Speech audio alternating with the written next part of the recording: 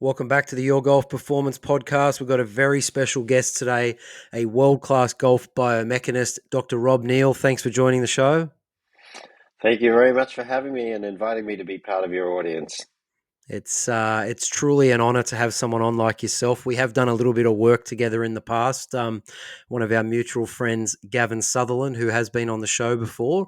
You just want to give us a little quick background about yourself and how you got into being sort of golf biomechanist?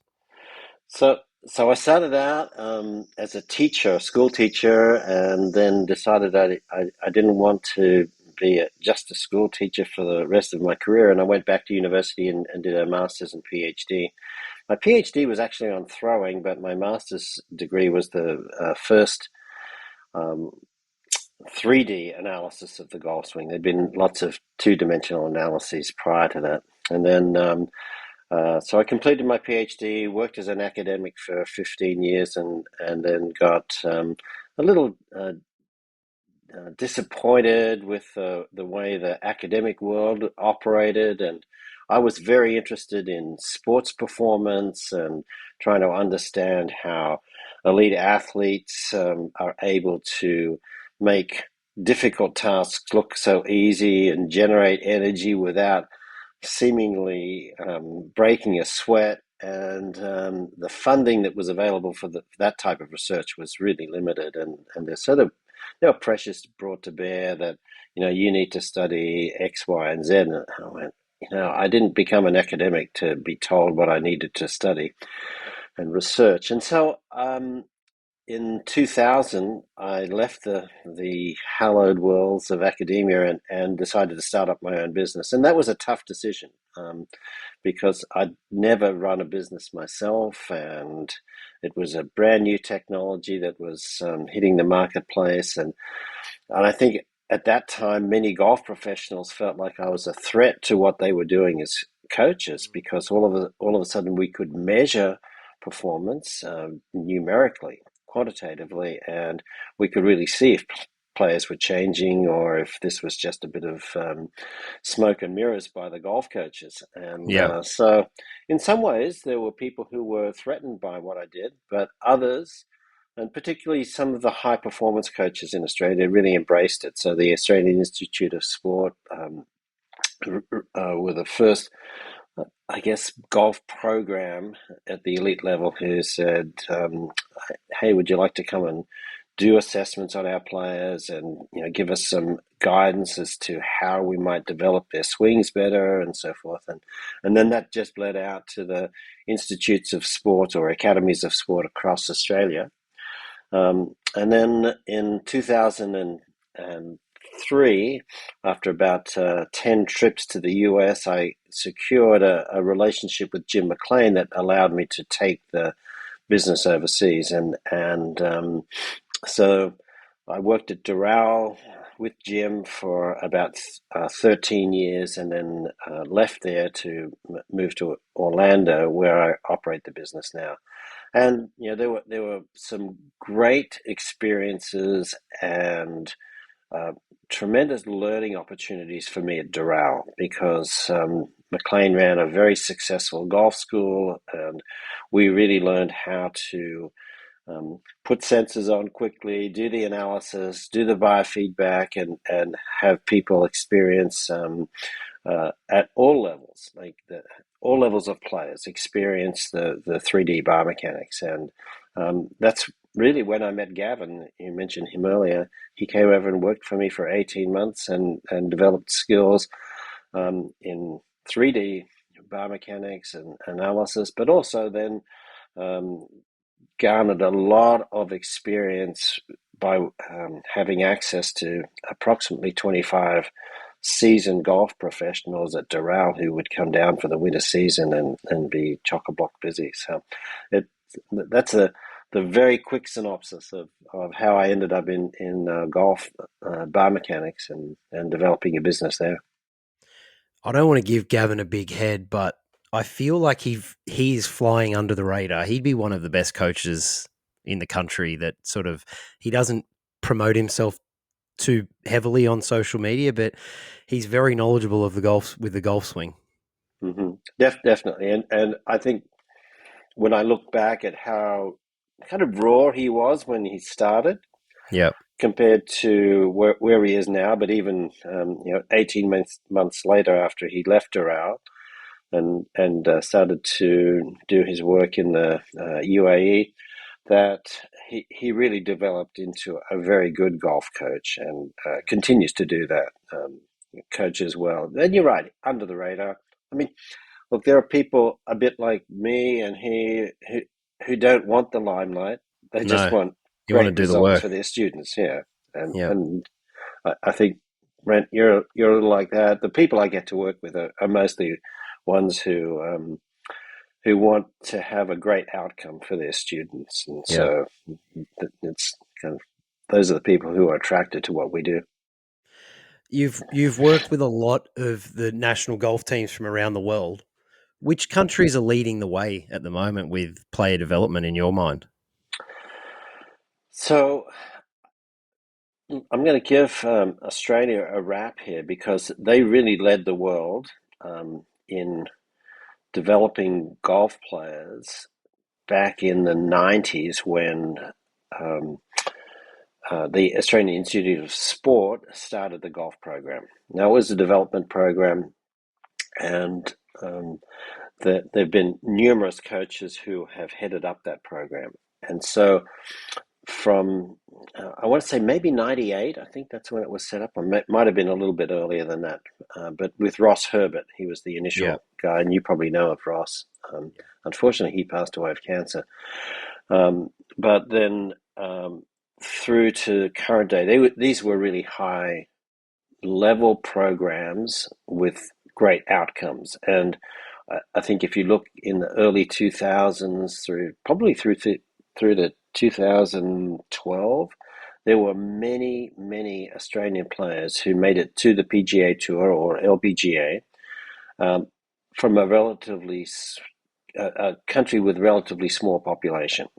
And that was a testament to the process that were put in place at the Institutes of Sport in Australia. Now, of course, when you have such something that good, people start copying it. And Yeah. so, running in parallel was the Swedish program, and they produced a lot of good players for a country that has snow on the ground for I don't know, maybe 4 or 5 months of the year. Um, and then I began working with the Danish group, and they really elevated what they did. And the Germans, I've got to take my hat off to them. They've kind of followed the model that I encouraged them to back in about 2006.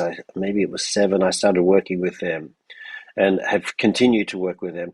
And if you have a look at what's happened in terms of the number of German golfers who have made it to the major tours, it's quite remarkable. And it's Yeah. the Right. sort of thing that flies under the radar as well, Brent, that I don't go about this is a song and dance saying, like in 2003 or four, there were two German players on major tours. I mean, if you look now, there are over 20 Germans on major tours.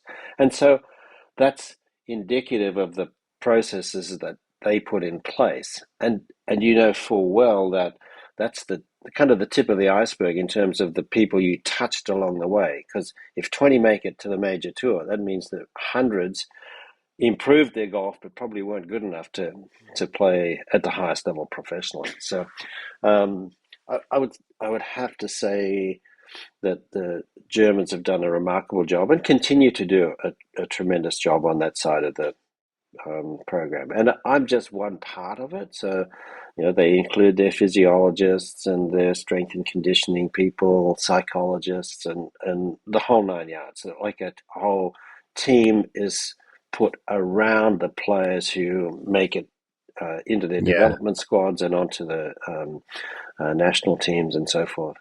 So, England were very good as well.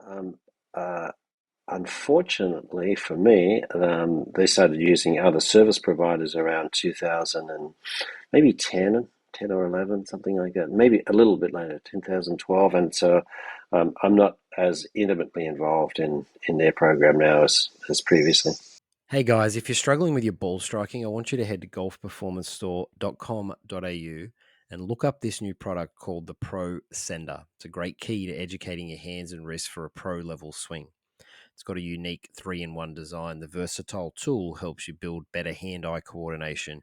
It improves your ball striking, and you can nail those perfect swing positions that everyone's looking for. Get the Pro Sender today at golfperformancestore.com.au. Use the code YGP20 for a hefty 20% off at checkout. I'm guessing you would have been one of the early adapters of this, right? And then um, now there'd be other people coming into your field and essentially taking some of your business or try like sort of, you know, competitors to you. Yeah, there are a few. I mean, without mentioning names, that there've been people who have copied what I've done, and there are some of those people who are much better salesmen than I am, and so that they could sell ice to Eskimos, and so that they've made a Yeah. inroads into potential business. But look, there's still enough work out there that I'm comfortable Yeah, that of course. I can still feed myself and my wife and pay the mortgage, that sort of thing. So um, the I think there are also some people who think that they're biomechanists. So and look, they might have studied. The golf professionals, for example, who've done additional work in biomechanics, but to be perfectly honest, they don't have the depth of knowledge, the foundational knowledge. So they haven't done the engineering, mechanics, and physics that and anatomy, physiology that I think is necessary for you to be a complete biomechanist who can then interpret the information in an appropriate way. And so I think that's the strength of someone who's had an academic background like me, and then has Yeah. bridged into the real world, if I can call it that, Yeah. of Yeah. golf Yeah. instruction and player development. Gav said you'd mentioned, or Gav mentioned to me that you've worked with a number of colleges as well. You got a fair few on the books over there in the US. Just a few. One of the challenges with college golf in the US is that it's very difficult for them to hire in specialist coaches. And it's all about their kind of their egalitarian processes or policy that the rich universities could afford to bring in a heartbeat, but the poorer ones, the ones that who don't have the deep pockets and the funding from donors and boosters, couldn't afford to do that, and so the NCAA just says, well, no one can do that. And it's unfortunate because it kind of develops a standard of mediocrity rather than excellence. Um, but we've been creative on a few different occasions with some various universities, and have managed to do that with university FSU, Florida State University. I do some work with University of Florida as well, and have done stuff with Houston and ASU, Arizona State University. But I wouldn't say that it's the bread and butter of what I do, for Does sure. does that get tricky? Like, obviously, when you came to my golf course back in March, yourself, me, Gavin, we were there sort of working with my students. Whereas if you go to a college, I guess even a national team for that matter, like you might be there, but if their golf swing coach is not there, like, there could be 6 kids at a college and they all have there's 6 different swing coaches. So how does that go as far as relating the info back to them? Well, I think that's an excellent point, and in the national teams scenario that you described, that's undoubtedly what happens, because the best kids from around the country get pulled into this team or squad, and they're coming from all parts, and so they don't have the same swing coach. So what we've done, for example, in Germany, is invited them to the camps, and many of them make the effort to do that because they're Yeah. very much invested in those players that have developed. I always, at the end of the session, say, here is what I see. This is my advice, but you can do whatever you want with it. And this is not something that's done with the player there. So I don't go in and say, hey, you need to make these technical changes immediately, or otherwise, you're not going to be the golfer you want to be. I always respect the relationship between the player and their local coach, and try to engage the local coach in the process of their improving knowledge and developing the player. And Yeah. so Okay. it's a tricky one. And I think the college case would be the same, where you've got many coaches, probably from around the world, actually, Yeah. who are responsible for the primarily technical development. On the flip side of it, Brent, I mean, that's the I've given you the rosy side. On the flip side of it, there are coaches who have developed good players despite the fact that their technical knowledge is poor. They just have a talented kid who figures out, a way to play What golf, works? and it works. It may not be technically good, and that's the tricky one. It's like, that, this technique is not very good, but, again, how do you change something where the coach is not really familiar with, what best practice is in that area of the game. Yeah. So um, Makes it it, hard for it you. yeah, it's difficult. I mean, Yeah. difficult for me. It's difficult for the player, because I don't want to sow seeds of doubt in their mind as well. So there you go. Your golf ball is the most technologically advanced, or it's not. Your golf ball is either the most consistent, or it's not. It's the most trusted, or it's not. The fact is, it's either Titleist, the best performing golf ball in the world, or it's not. Prove it for yourself. Titleist, the #1 ball in golf. What will you play? What about touring professionals, guys on tour? You've done a bit of work with them. I've done lots over the years with many players. Um, I probably worked with maybe 10 or 11 world #1s at various stages in their career. So that's where Um, their coach is bringing you in to go over hmm things. Yeah. yeah. And then I'd say the most rewarding experiences that I've had with tour pros is when I've seen them develop through the ranks. So, as an example, I've done a lot of work with Cam Davis, whom the Australian population would know.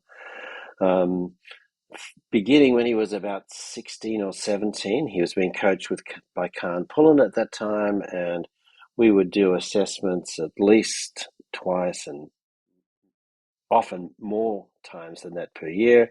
And we just saw him develop from a high level amateur player to a touring professional on the second level tour. So he played Mackenzie Tour and what's now Corn Ferry Tour for a little while, and then onto the PGA Tour. I have to say, unfortunately for Khan and me, not necessarily me, but because I was part of Khan's team, that Khan's not working with him anymore. So I don't get to see Cam as Yeah. often Right. as I had been. But that's okay. He's still doing well, and I'm happy that he is um, in a good place with his game and all of that sort of stuff. And that's an example where I get a lot of enjoyment out of seeing them go through the process of becoming great players. The other way in which I'm used by coaches and players is to provide an assessment, and they go, okay, thanks, Rob. Thanks for your input. And then they decide what they want to work on. But I'm not part of the whole process in a sense, but that's okay. I'm a consultant. I understand that was my role in there. I wasn't intimately involved in the development and ongoing coaching of the players. So everyone that plays golf is always in that quest to perfect their golf swing, right? Yep. What do you obviously having? But I know half the people that listen to this podcast are not going to move as well as, world number ones or these super elite, college players or national team players. But are you seeing, what are the traits from a bio point of view that you're observing in these best golfers around the world? So the way I set out right from the beginning was to look at what the common characteristics amongst the best players were, and quantify those, and have a way of really measuring and then describing what these players do, for example, with their sequencing or with their speeds of movement or the positioning of their body and the amounts of rotations and tilts and bends, and then coupling that with how they move the club. Excuse me. So I think, in fairness, I got it pretty right from the beginning. We've added a few additional characteristics as my knowledge grew in Yeah. golf swing biomechanics. But overall, I think we got the fundamentals right. And I'm not taking full credit for that. That I think there were very good coaches, a lot of knowledgeable coaches who, with the tools that they had, were still on the right track with their with what they were teaching their players to do. And I think that just about everyone can be taught the right stuff and develop good quality movement, but they need to commit to that. They need to make sure that they do the best they can given the physical attributes that they have. And so then they need to put an effort into making sure their bodies can move the way that an elite level player would. Might they do it as well? No, but they can still improve their single leg balance or their flexibility or their sequencing by doing appropriate work in the gym or at home, so that it allows them to exhibit the characteristics in a golf swing that you would see as first class, and that we can measure as high quality. So, so, and it's, I mean, you've seen some of the reports, Brent, but Yeah. in the way I've presented the material there, it's actually trying to tease out from this whole milieu of data that are available the key characteristics to investigate and work on in order to be effective with your golf swing. Now, these kids that can just move spectacularly, and then you would still do work with the average Joe, right? Oh, yes. Yeah. I mean, I Yeah. would say that predominantly the players with whom I work are avid golfers. That's the best way to describe them. Yeah. They may not be world class, but they are very interested in being the best they can be. And so amateur golfers, like for example, on Friday this week, I was at a private club up here in Connecticut, and 5 out of the 6 players were double-digit handicaps. Yeah, there you go. So, Now, so how they just want to get better. I mean, yeah, how many of those are you then referring on to like a physical trainer to say, like, you know what, this is what you need to do, but you're not able to do it unless you get X, Y, and Z sorted? so for those club golfers, almost all of them need to do some sort of body work in Yeah. some way. I Yeah. mean, Okay. whether that be with a personal trainer, a physiotherapist, or whatever, most of them need some help or guidance in that direction. It's rare that you will find some athlete who's 50 years old who's still in great shape. Most of them have let themselves go to seed, so to speak, and need to do some work. I mean, they're still good athletes, They can still put the club on the ball and generate some speed, but they might be limited in their physical capabilities because of the fact that they don't play a lot of sport and work out and that sort of thing. So maybe they spend a lot of time at a desk. And and I would say typically, Brent, um, the people who come to see me are high performers in other aspects of life. Yeah, of So course. so Yeah. they're not just kind of obsessed with golf alone. They're these type of people who want to be good at anything that they do, Yeah. and whether that be their work life, family life, Yeah. And golf. then more than likely they'll hyperfixate on, if you tell them you need to do this with your exercise, they'll find a way to do it, those types of Yeah, guys. yeah, Yeah. that's exactly right. Yeah.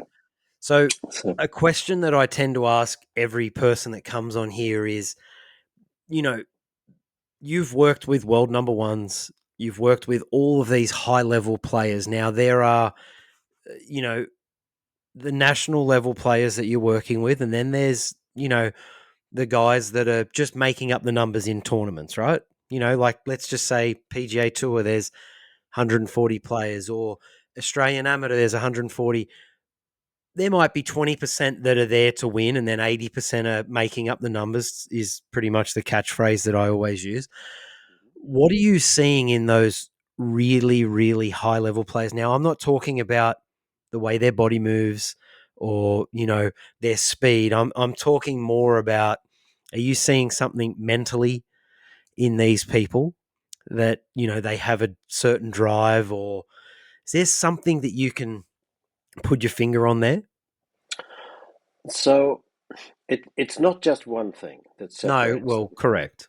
Yeah. and so the the um, the thing that I would say is that if you want to be the best in your particular field, you have to do what everyone else is not prepared to do. Yeah. And it takes unbelievable discipline to do that. So the I would say that that's one of the factors that separate them. And it's so you could describe that as a mental skill. Yeah.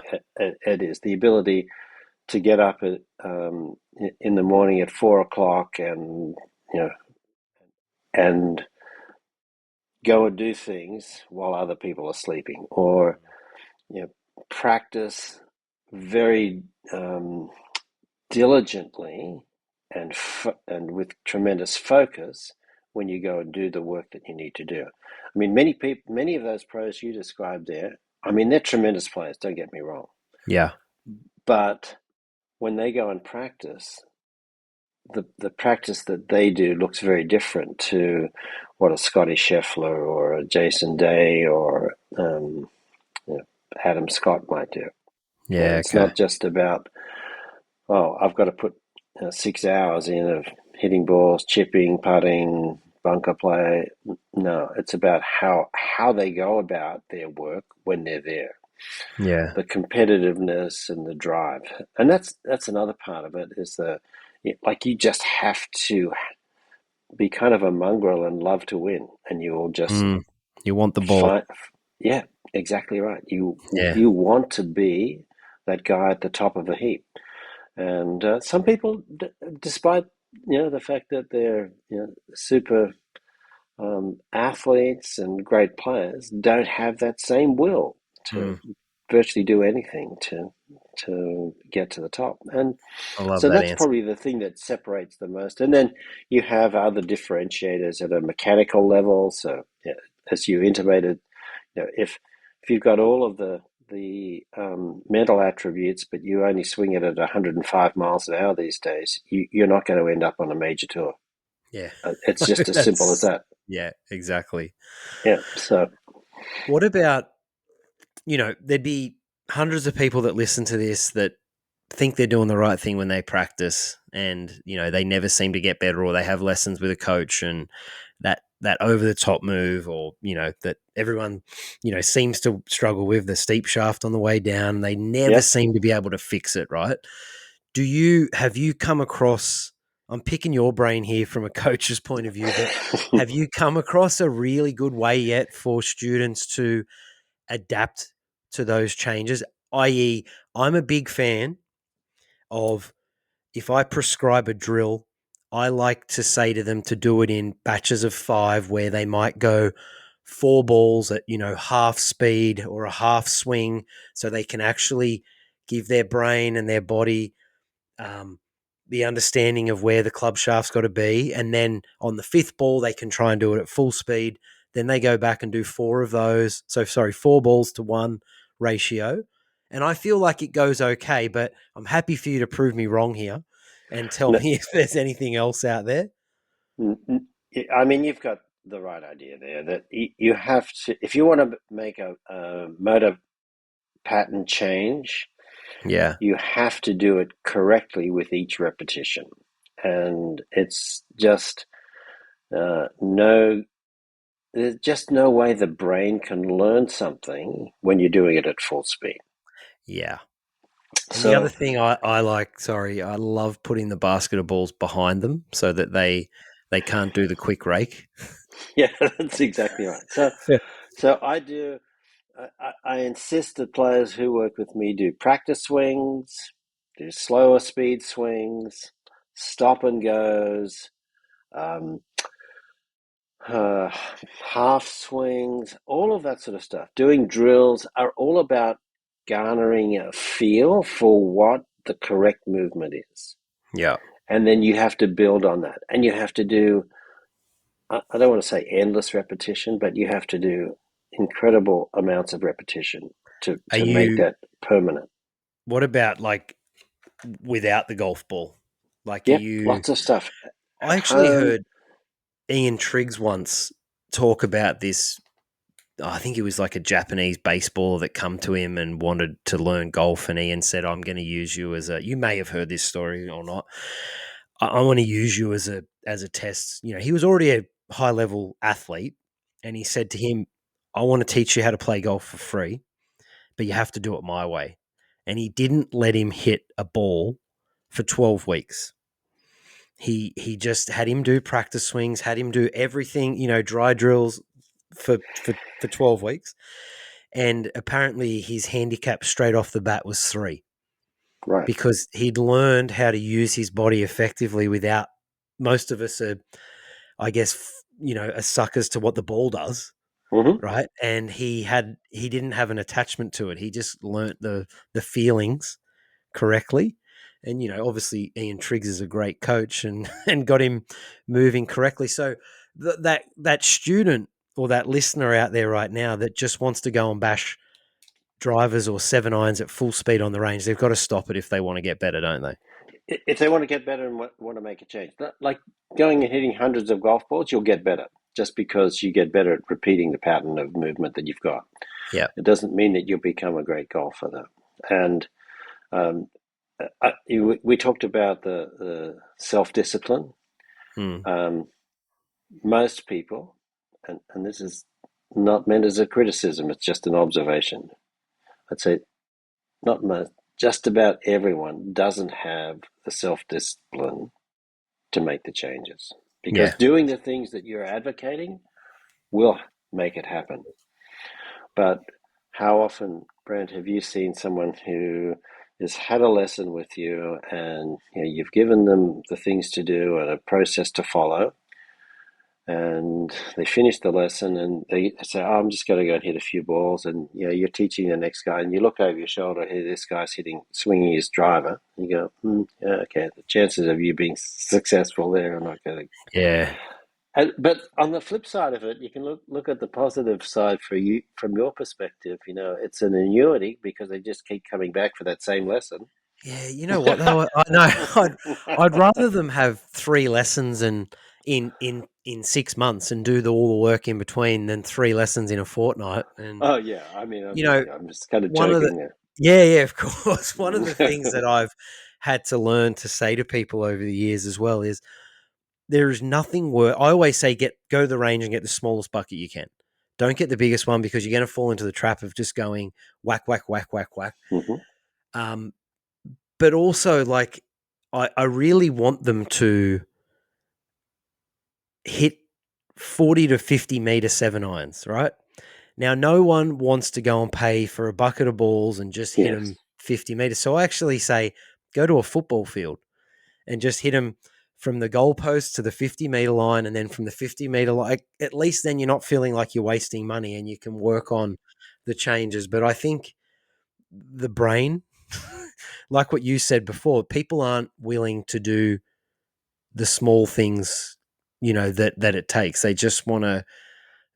They want to fight. Our world right now is you just click your fingers and you get whatever you want, but they don't want to put the work in. Must be frustrating for you.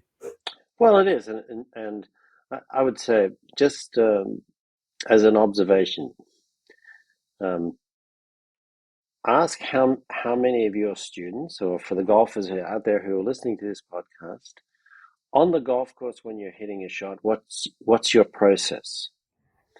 You probably measure the distance. You select, you look at the wind or whatever, and what the opportunity is. Then you select a club, and you might take a couple of practice swings. You look down the target line, and then you go in and hit Hmm. whatever your routine is. Put your hands on the club. How many people do that when they're at the driving range? 0. Almost zero. Yeah. Yeah. But, Yeah. so just changing something as simple as going through your routine when you hit every golf ball on a range is really tremendous learning for your brain, Hmm. because then what you do on the range matches what you do on the golf course, and your body is attuned to that, rather than, oh, I don't just, as you say, rake and hit, rake and hit. Yeah. Yeah. Is there a time frame that you've noticed over your, career of what the changes might take if someone does Mm, it correctly? That is such a hard question to answer, yeah. but I was just hoping you might go, yeah, if they do it correct, it takes 6 weeks or it takes 8 weeks or, you know, The honest answer is I don't know. The um, I I set people up to, if they say they want to buy into what we're advocating here, um, I'd say to them, depending on how much time you have available to practice and work on things, this could be a 6 month to 2 year program. yeah, I completely And agree. And a lot of people have a 30-minute lesson. I mean, the amount of times I've had people book for a 30-minute lesson and they go, I need you to look at my 7-iron, my driver, a little bit of chipping and a quick bit of putting at the end. And that's, it's hard for people to fathom that, like what you're just saying, 6 months to 2 years. So that's good and for the the six, go. Sorry. yeah, I was going to say the 6 month timeline is for someone who's spending a lot of time working on their golf game. And that, Yeah. that Okay. might mean 4 to 5 practice sessions a week and some play on the weekends, as an example. Yeah, well, I'm smiling here just because I know worldwide there's a lot of parents that listen to this that want to get as many gold nuggets as they can for their kids' future. And that would probably be the best thing I've ever heard on this podcast in 3 years. So please take note of that. Now, when I was doing my research, I come across wedgecraft.com. You want to fill me in a bit on this?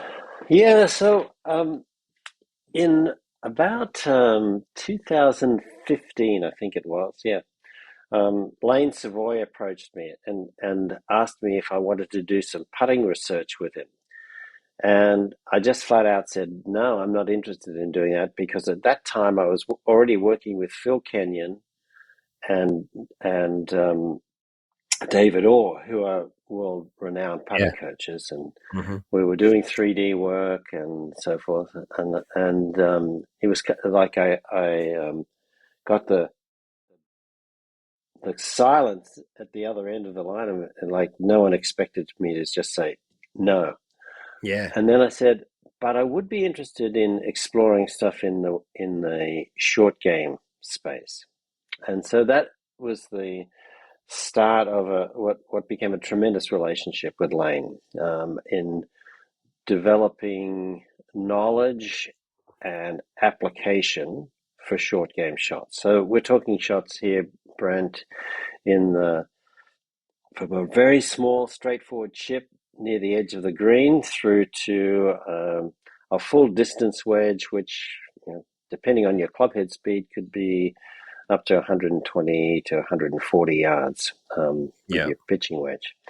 And so we went about the task of capturing data on the very best wedge players in the world and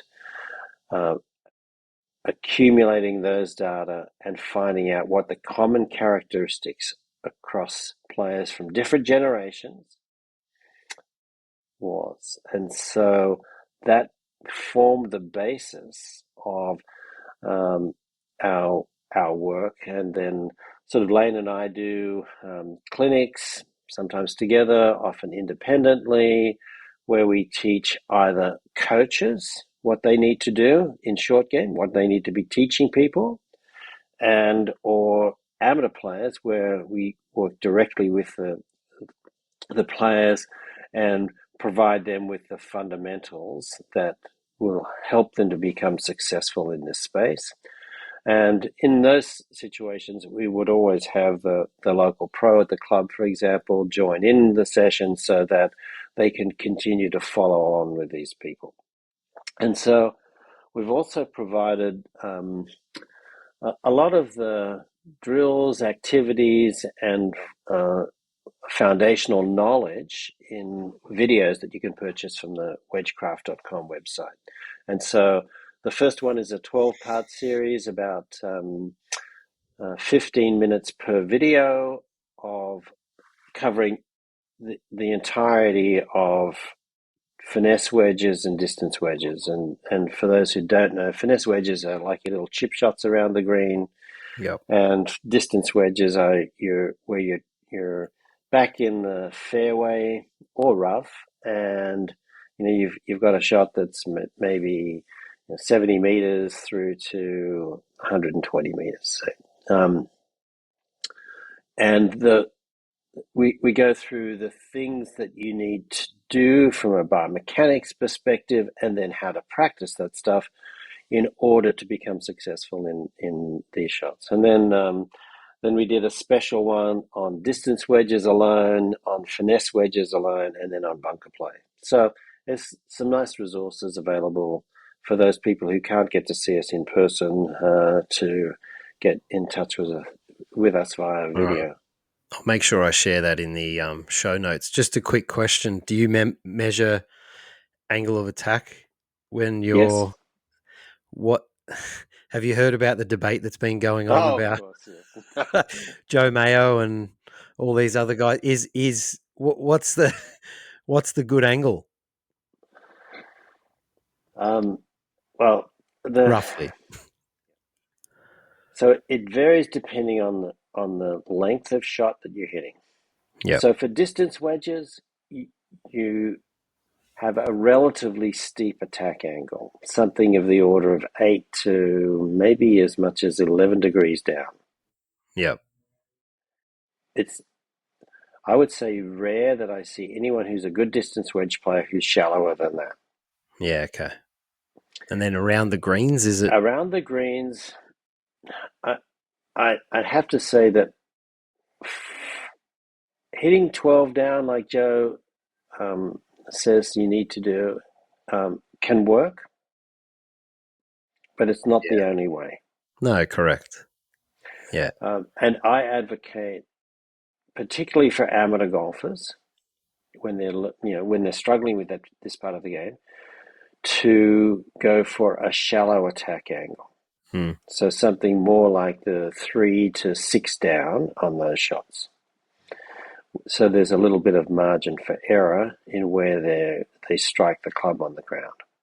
Yeah, okay. So, and if you look at the best tour players, and Rory doesn't get the rap that he should for his wedge play. He's an unbelievably good wedge player. He's at the shallow end of the spectrum. I don't know if you or any of the people in the audience remember the shot that he hit on the 17th hole of the final foursomes four-ball match at the Ryder Cup, where he'd missed the green left and he hit this unbelievable finesse wedge shot. That it's 2 meters from where he hit it to the top of the green. It's downhill to the pin. He hits this thing and he takes a big swing at it. You can't see anything but a little bit of, you know, where he touched the turf. So he clipped it off the turf, not a steep attack angle, no divot. And this thing comes out and it's just ripping with spin. And it goes check, check, check as it goes down the slope and finishes a foot from the hole. It is the best finesse wedge shot I've seen, particularly under the circumstances. Yeah. What hole and what match was it? It was the 17th hole, the four-ball match. I know Patrick Cantlay was on the other team. I can't remember who McIlroy's partner was even. And I know that the Europeans ended up losing the match because Cantlay birdied the last three holes. And but you can find that shot on, and you'll love it. I could even send it to you because I have it on my phone. Okay. Yeah. I like showing it to people because it's such a good shot. All right. I'll find it. We have a lot of juniors and parents and coaches, for that matter, that listen in quite regularly. What are some key sort of physical attributes a junior should develop that if they want to become a world-class player? Right. So first and foremost, if they want to be world-class, they need to have speed. So there are windows in your physical development where you should work on speed. And those are typically when there are neurological developments occurring in the body. So maybe 5 to 7, 8 years old. So doing lots of speed work there is good for you. And then in the when people go through puberty, that's another opportunity for you to develop speed and power. So that is critical. You need to also look after your body in the sense that you need to be working on your flexibility, your stability, because those are the things that will prevent injury. Yeah. Because if you get injured, then you can't train and you can't golf.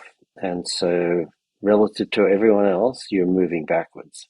Yeah. Okay. So, and then I would say the other thing to be mindful of for those juniors is that everyone develops at different times. So there'll be some kids who go through puberty early and some who go through late. The late developers hopefully don't drop out because they see everyone getting so much bigger and better and more rapidly than they are.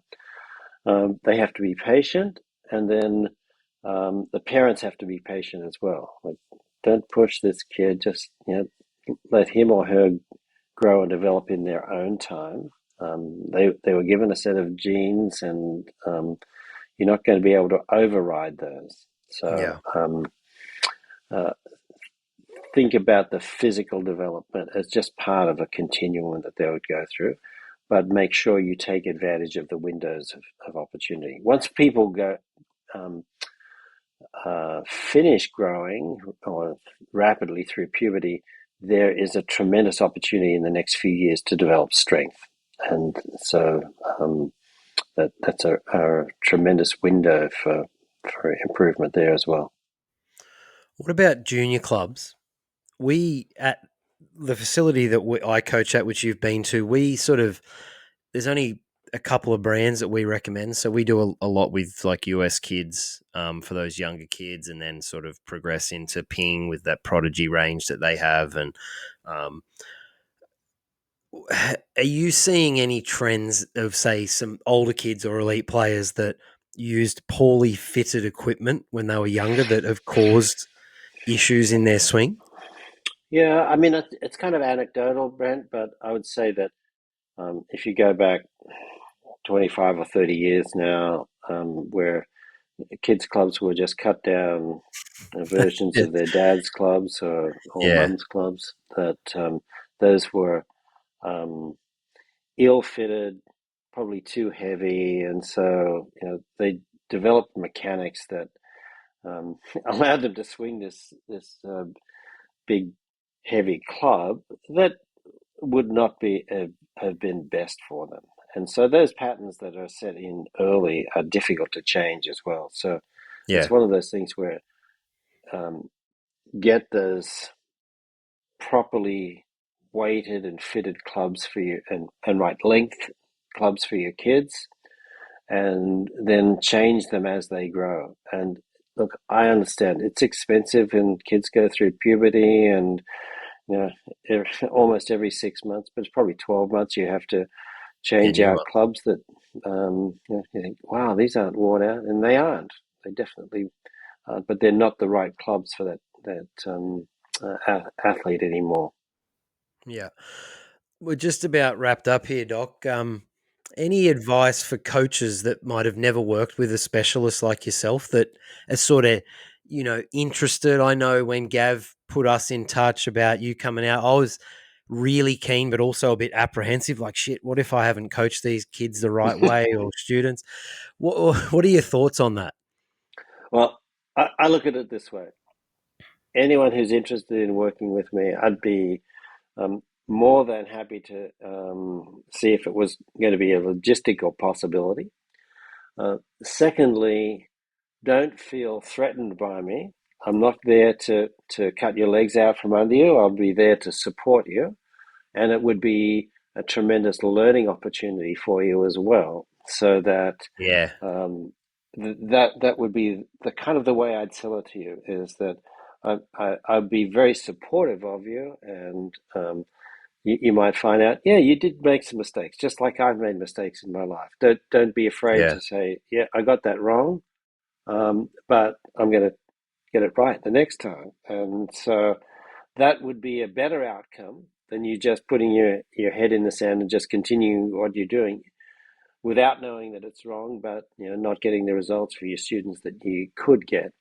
And I think that in the years that I've been doing this, it's been really nice to see um, how people, coaches here I'm talking about, um, initially want to say, "Oh that's what yeah, exactly what I thought." But I'm going, that's not evidenced in what the player's doing. Well, Doing. it's exactly what you thought, but the ego got in the way, and then they go, after they gain trust in me, they'll go, "Oh yeah, I think I could have done that better." And I think as you grow as a coach, you're you're not that you're happy to admit that you made mistakes, because no one likes making mistakes, but you're willing to acknowledge that you didn't do things as well as you could have, and that is often a consequence of your foundational, your domain knowledge. And the more people you can interact with, the broader and deeper that domain knowledge becomes, and your students are the one who derive the greatest benefit from that. Yeah, I love it. I learnt so much from the day that we got to spend together, and I'm looking forward to the next time we get to do it. Um, how could how could anyone find you? Whether it's a student that wants to get some testing done, or it's a coach that wants to see if they can get you out to their club for a day. What's the best way to find you? So golfbiodynamics.com and wedgecraft.com both have my contact details. It's much more difficult to contact me by phone, because if I don't have your number in my phone, I'm unlikely to answer it. But if you leave a Yeah, message, I'll call you back. Um, and social media. yeah, social media. Yeah, I'm on social media. So Instagram at Dr. Rob Neal 3D, and On Facebook too. I don't even know what my Facebook login is. I I'll mean, find I'll find all that, pop it in the show the show notes for anyone. Mate, one last question. I'm going to put you on the spot here. What's the best piece of advice you feel like you've been given in life? persist at what you want to do. I like that. Persist and just keep trying. Mate, phenomenal. I think this is going to be a pretty popular episode for all the coaches I out hope there, so. but also the parents and the kids that tune in and listen. So I appreciate you taking the time, Rob, and we'll chat soon. Absolutely, Brent. Thank you very much for inviting me to be part of your show. And as always, I look forward to seeing you when I get back to Australia. All right. Take care, mate. All right.